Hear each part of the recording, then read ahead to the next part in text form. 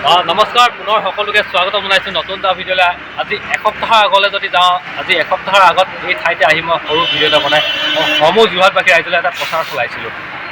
যিহেতু যি প্ৰচাৰ যোৰহাটৰ আয়ুজীৱন হেল্থ কেয়াৰ চেণ্টাৰত বিনামূলীয়া চিকিৎসা শিবিৰ এটা আয়োজন কৰা হৈছিলে বুলি, আৰু আজি যিহেতু 16 তাৰিখৰ পৰা এইটো আৰম্ভণি হৈ আছে।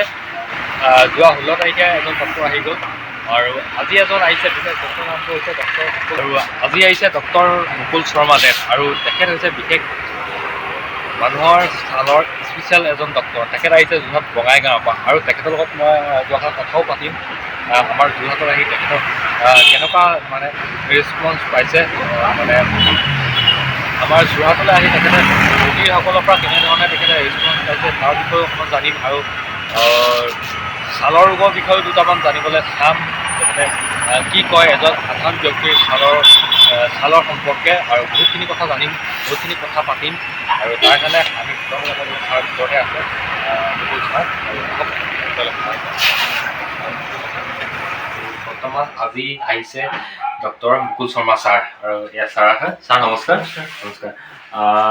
তেখেত বিশেষকৈ স্পেচিয়েলি ছালৰ আৰু গুপ্ত ৰোগৰ এজন বিশেষ চিকিৎসক হয়, আৰু ছাৰৰ পৰা মই জানিব বিচাৰিছোঁ, এই আজি এদিনীয়াকৈ যিহেতু বঙাইগাঁৱৰ পৰা যোৰহাটলৈ আহি পিনে আয়ুষ্মান হেল্থ কেয়াৰ যি মানে স্বাস্থ্যৰ সেৱা কৰি আছে, তেখেতে অকণমান কেনেকুৱা পাইছে মানে ইয়ালৈ আহি পিনে?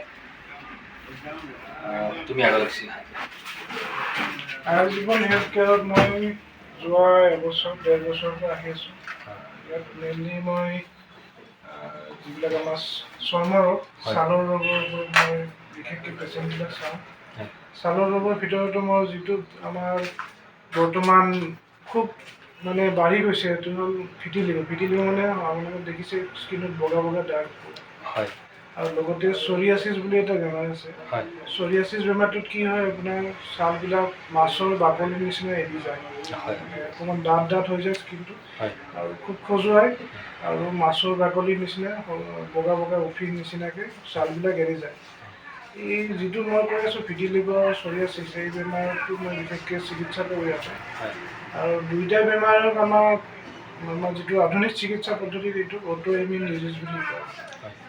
অটো ইমিউন ডিজিজ মানে হ'ল আমাৰ এই বেমাৰটোৰ কোনো কাৰণ নাথাকে, আৰু শৰীৰে নিজৰ ছালবিলাকক এটাক কৰি এই ছালবিলাক মাৰি পেলায়, মানে ছালৰ যিবিলাক চেলবিলাকক মাৰি পেলায়। এইটোকে অটো ইমিউন ডিজিজ বুলি কয়। আৰু এজন সাধাৰণ ব্যক্তি আপোনাৰ ধৰি লওক কেনেদৰে ছালৰ ওপৰত মানে অকণমান মানে গুৰুত্ব দিবলগীয়া হয়? ছালৰ গুৰুত্ব দিবলগীয়া হ'লে আমাৰ প্ৰথম কথা আহিব খাদ্যৰ ওপৰত। প্ৰথম গুৰুত্ব দিবলৈ খাদ্য।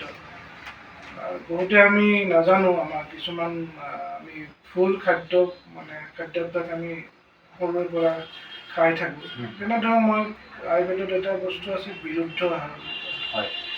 বিৰুদ্ধ আহাৰত আমাৰ কিছুমান চাৰ্টেন কম্বিনেশ্যন অফ ফুড এইবিলাক আমি খাব নালাগে। আমাৰ ধৰক ককা আইতাহঁতে আমাক কৈছে এইটো বস্তু লৈ এইটো নাখাব, মাছ আৰু গাখীৰ একেলগে খাব নালাগে, বা মৌ গৰম কৰি খাব নালাগে, বা আমি ধৰক ৰন্ধা বস্তু আৰু কেঁচা বস্তু একেলগে খাওঁ। ধৰক ভাতৰ লগত আমি চালাড খাওঁ, চালাডটো কেঁচা বস্তু, ভাতটো আমি ৰান্ধি খাওঁ। এইটো কম্বিনেশ্যনত খাব নালাগে।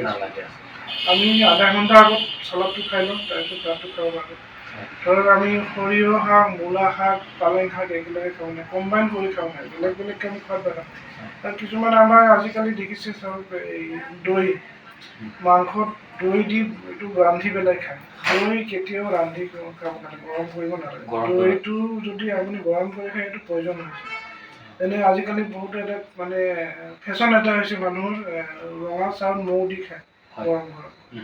মৌ গৰম কৰিলে এইটো পয়জন হৈছে। এইটোৰ পৰা আপোনাৰ কি হয়, এই বস্তুবিলাক খালে শৰীৰত পয়জন উৎপন্ন হয়, যিটো আয়ুৰ্বেদিকৰ ভাষাত আম বুলি কয়। আমটো কি হয়, আৰু এইটো টক্সিন হয়। টক্সিনটো কি হয়, এইটো ব্লাডত গৈ এইটো স্কিনৰ মাজেৰে, এইটো টক্সিন যিহেতু হয়, এইটো শৰীৰৰ পৰা কি ওলাই দিব খোজে টক্সিনটো। আৰু ধৰক ডিঙিত কিবা এটা আমাৰ লাগিলে কাহ উঠে, কাহ মানে কি বস্তু ওলাই দিব খোজে। নাকত কিবা এটা আহিলে আমাৰ হাঁচি আহে, হাঁচি মানে কি এইটো ওলাই দিব খোজে, এইটো অলাগতীয়াল বস্তু হৈ যায়। এই যিটো আমি আমাৰ আম প্ৰডাকশ্যন হয় আমাৰ খাদ্য বিৰুদ্ধ আহাৰৰ ভিতৰত।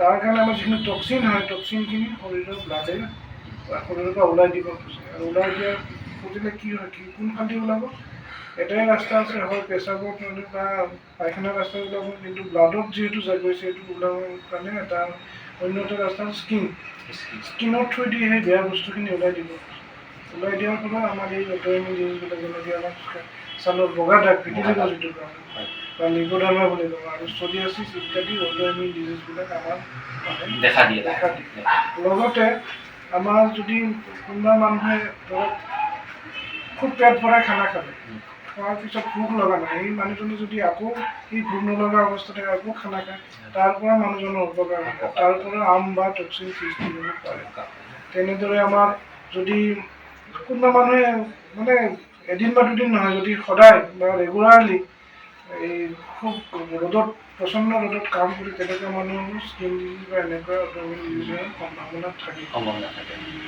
আৰু এটা প্ৰায় মই দেখোঁ এতিয়া মানুহৰ কিছুমান শৰীৰত এলাৰ্জি টাইপত যে উঠে সেইটো চাগে স্বাস্থ্যৰ এটা কিবা হয় নেকি এলাৰ্জিটো একেবাৰে ধৰণৰ বস্তু শৰীৰৰ এলাৰ্জি মানে কি আমাৰ কিবা অভিজাতৰীয়া বস্তু আমি খাইছোঁ সেই শৰীৰটোৱে সেই বস্তুটো একচেপ্ট কৰা ছালবিলাক ফুলি ফুলি যায় শৰীৰত ছাল মানে শৰীৰে সেই বস্তুটো একচেপ্ট কৰা নাই একচেপ্ট নকৰিলে কি কৰে এইটো ছালৰ মাধ্যমেদি জ্বলাই দিব এনেকৈ এলাৰ্জিৰ সৃষ্টি কৰে হয় সেইটো মানে খোৱাতে অকণমান মানে প্ৰভাৱ পৰে খোৱা বস্তুৰ পৰা কেতিয়াবা লাগিলেও হয় কিছুমান বস্তু ধৰি লওক আপোনাৰ এতিয়া আমাৰ যোৰহাটলৈ আহিছে ৰোগীসকলৰ পৰা কেনেধৰণে আপুনি মানে ৰেচপন্স পাইছে খুব ভাল ৰেচপন্স পাইছোঁ আৰু যেতিয়া ধৰক আয়ুৰ্বেদিকত ডক্টৰৰ ওচৰত জেনেৰেলি ৰোগীবিলাক চাৰিওফালে ট্ৰিটমেণ্ট কৰি যেতিয়া বিফল হয় তাৰপিছতহে আয়ুৰ্বেদিকলৈ আহে আৰু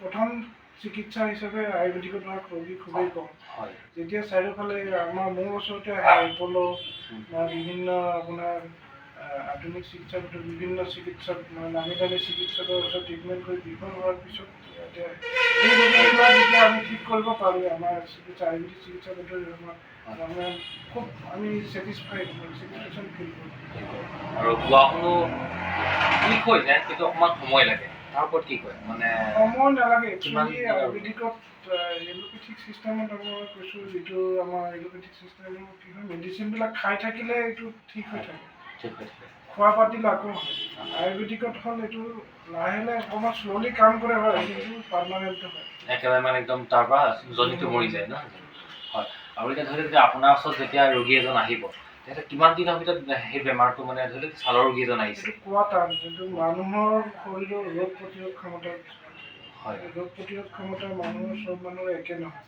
কিছুমানৰ কম থাকে কিছুমানৰ বেছি থাকে যিবিলাক মানুহৰ ধৰক ৰোগ প্ৰতিৰোধ ক্ষমতাটো শৰীৰত ঠিকে থাকে বা ভাল থাকে সেইবিলাক মানুহৰ মেডিচিন ব্যৱহাৰ কৰিলে সোনকালে আৰোগ্য লাভ কৰে আৰু যিবিলাকৰ ৰোগ প্ৰতিৰোধ ক্ষমতা কম থাকে সেইবিলাকক অকণমান টাইম লাগে আৰু লগতে খাদ্যাভ্যাসবিলাক যদি ঠিকমতে মানে তেনেহ'লে আৰোগ্য লাভ কৰিব মানে 100% মানে তেখেত সফল হ'বই ন আৰু সেয়াই আছিলে সৰু এটা মই ভিডিঅ' বনাই লহি আজি আহি যিহেতু মই নিজে প্ৰচাৰ চলাইছিলোহি আহি যোৰহাটৰ আয়ুৰ্বেদ হেল্থ কেয়াৰ চেণ্টাৰৰ বিশেষ শিবিৰ আয়োজন কৰা হৈছিলে আৰু আজি মই ছাৰৰ লগত কথাও পাতিলোঁ অকণমান জানিবলৈ চেষ্টা কৰিলোঁ তেখেত বঙাইগাঁৱৰ পৰা আহিছিলে এজন বিশেষ স্পেচিয়েলি তেখেতে ছালৰ এজন বিশেষ ডক্তৰ ছালৰ বিষয়ে অকণমান জানিলোঁ আৰু তেখেতে গুপ্ত ৰোগৰো বিশেষ এজন ডক্তৰ হয় ইমান দীঘলীয়া নকৰোঁ ভিডিঅ'টো সৰুকৈ মই অকণমান জনাবলৈ চালোঁ আৰু দেখুৱাবলৈ চালোঁ তেখেতে কিদৰে যোৰহাটলৈ এদিনীয়াকৈ আহি পিনে এই শিবিৰটোৰ মানে সেৱা প্ৰদান কৰি আছেহি আৰু ধন্যবাদ থাকিলে আপোনালৈ